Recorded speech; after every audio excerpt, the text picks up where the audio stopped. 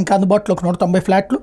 వాటిలో వైకాపాయంలో బుకింగ్ రద్దు చేసుకున్న 177, వాటిని కొన్నాళ్ళ తర్వాత వేలంలో విక్రయించాలని సిఆర్డీఏ యోచన. బుకింగ్ రద్దు చేసుకుని వారికి 2018లో నిర్ణయించిన ధరలకే ఫ్లాట్లు అంటూ రాజధాని అమరావతిలో హ్యాపీనెస్ట్ ప్రాజెక్టు నిర్మాణానికి రాజధాని ప్రాంత అభివృద్ధి ప్రాధికార సంస్థ సిఆర్డీఏ 770 కోట్ల అంచనా వ్యయంతో టెండర్లు పిలిచింది. బిడ్లు దాఖలు చేసేందుకు వచ్చే నెల 4వ తేదీ మధ్యాహ్నం 3 గంటల వరకు గడువిచ్చింది. సిఆర్డీఏ చేపట్టిన గృహ నిర్మాణ ప్రాజెక్టులు G+18 విధానంలో 12 టవర్లు నిర్మిస్తారు. మొత్తం 1200 ఫ్లాట్లు ఉంటాయి. మొత్తం నిర్మిత ప్రాంతం 20,89,260 చదరపు అడుగులు.